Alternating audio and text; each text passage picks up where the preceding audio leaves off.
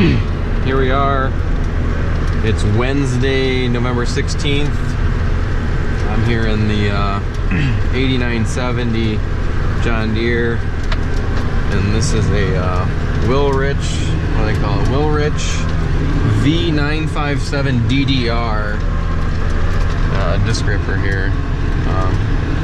We don't chop, as you guys saw that, or you didn't see it because we don't chop anymore. Choppers kind of didn't have the manpower, and with it so muddy, there's no way you would have been able to keep the knives out of the mud. So, but this, look at this ripper. I mean, I don't have them set in real deep just because it starts pushing mud, the disc, but I got them set in enough to chop up the stocks, and look at the job it's doing. I mean, that's pretty darn good for no chopping stocks and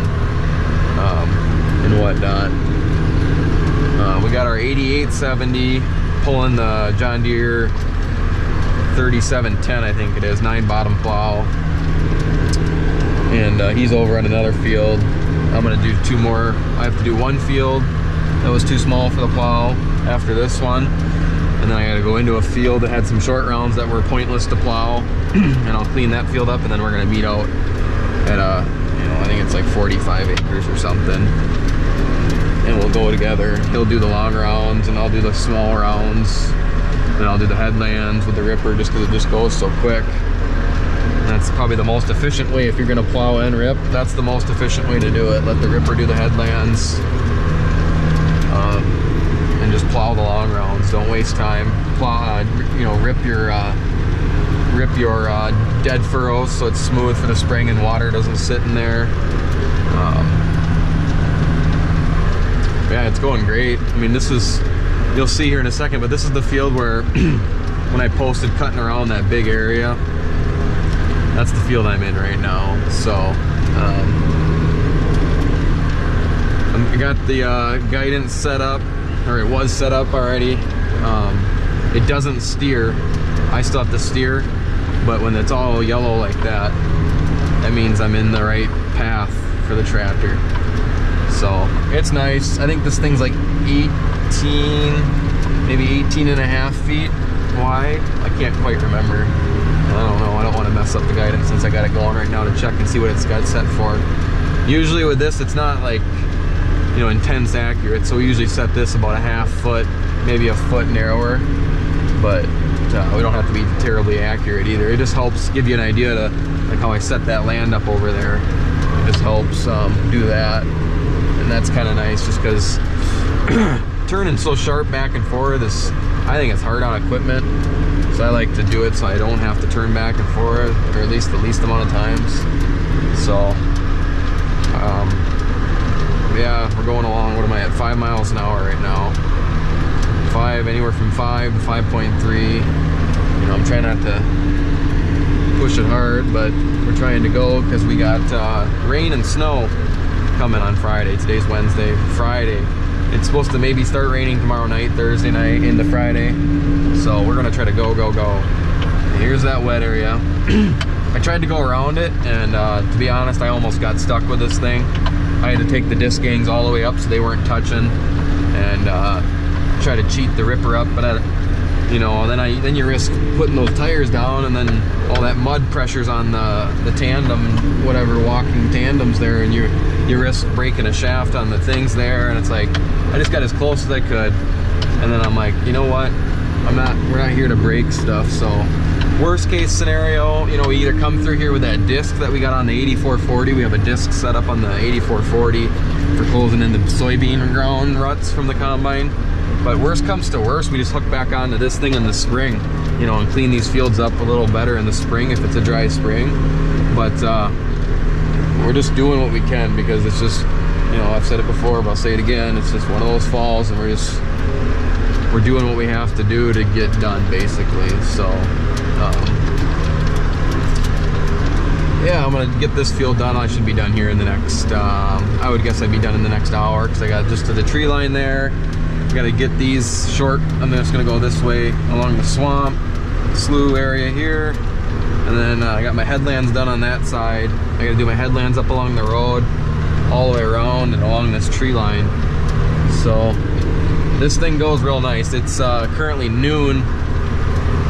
It It's noon right now, and I set in right at 10 o'clock this morning. We checked the grain bins for some hot spots. I only found one bin had a hot spot in the peak. I broke it apart, the clumps, and then we got the fan going again. So yeah, it's good to check on those. So it's glad we found that before it got bad. So we got the fans going in the bins, and then we greased this, greased the plow a little bit, and we've both been going since about 10 o'clock. And it's noon. This is I want to say this is 30 acres.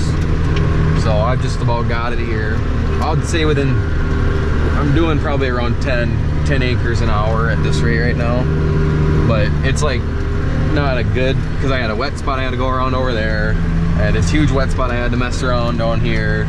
You know, and then there's standing water through here. You know, it's a lot of, you got to be handy on the controls, because you got to bump the discs up so it doesn't pull hard, or you don't break nothing in the mud. And yeah, so what we're making do, it's going pretty darn good.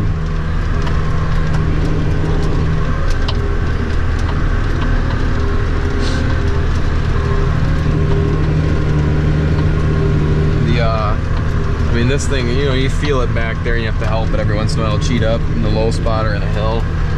But this is a nice combination here. This 8970 in this ripper. The plow, he said he's going pretty good. He's spinning a little bit, but right now I'm at, what am I at?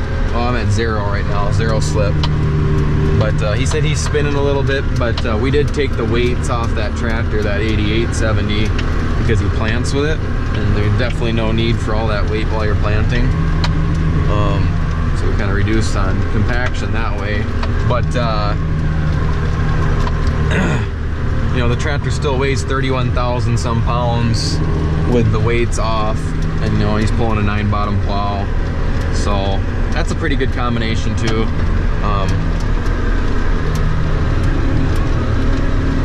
I don't like turning sharp like I just said, but I want to show you how this guidance is setting me up. Just kind of take it wide here and swing back in. But boy, it would be nice if it steered, but you know, it's still nice to be able to set up lands like this.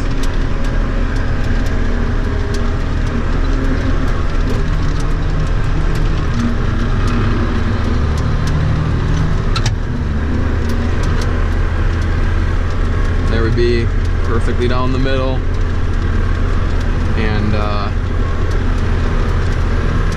take it over this hill here, closing it in real nice.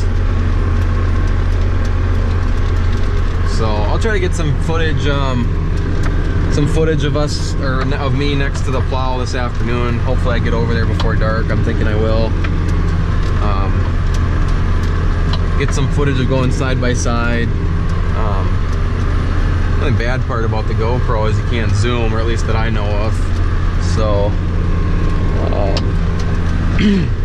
maybe I'll take some video with my phone so we can actually, you guys can actually see the plow. Otherwise you got to be so darn close with these cameras. So maybe I'm just not setting it up right, but we'll get some ripping videos, and yeah, I don't know, it'll be a few days. We didn't have much tillage done because this rig was stuck when we were down. The guy down in Otana got stuck. They had to get it out with a backhoe. They had a backhoe over there for building a shed or something, so they dug out the ripper, and then I'm pretty sure they unhooked the tractor from the ripper and then had a big chain, and then they pulled the ripper out that way to get on firm ground.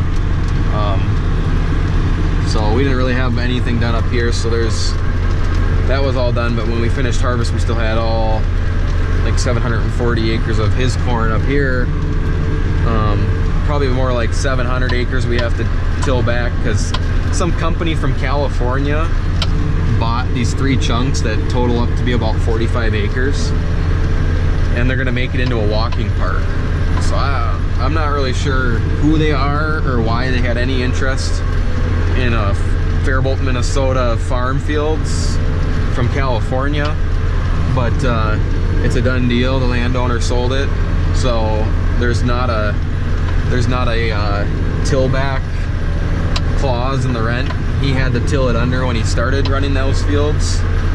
So that's 45 less acres that we have to do.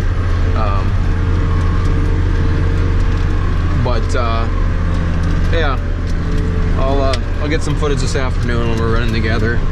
Should be pretty cool with both rigs parked running side by side, matching tractors, and try to get some footage. I don't know, maybe you guys will be bored of this stuff because harvest is usually a little more exciting to people, but I don't know, I'll get some videos because otherwise if I don't take videos of this, like, there's not much else to videotape, and then my channel will kind of go dormant for a while. So I figured I might as well take some videos. So check in with you guys later.